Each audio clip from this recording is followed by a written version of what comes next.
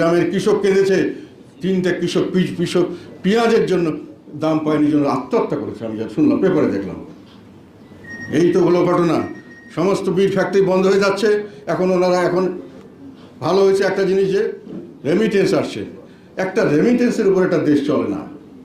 Export করতে হবে। দেশের মানুষের হাতে টাকা নেই, সরকারের হাতে টাকা নেই, সরকার রেভিনিউ কানেকশন করতে পারছেন না। কেননা কারোর আয় ইনকাম নাই, ব্যবসা বাণিজ্য নেই, আপনাকে ট্যাক্স দিবে কি? সরকারের হাতে টাকা নেই, বিদেশি টাকা। ওই এক্সপোর্ট থেকে কিছু আসছে ব্যাকলগ, সামনের দিকে এক্সপোর্ট বন্ধ হয়ে গেলে কী অবস্থা হবে আমরা জানি না। ট্রাম্পের যে ট্যারিফ নীতি শেখালে কী হবে আমরা জানি না। সেটার জন্য কিন্তু ভয়াবহ কিছু করতে পারে, তখন আমরা নাই।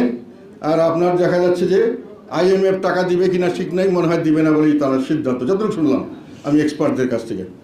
তো আপনার কাছে আর বিদেশিরা হাততালি দিয়ে চলে গেছে, ভালো নাচ দেখলাম, ভালো গান শুনলাম, চলে গেলাম।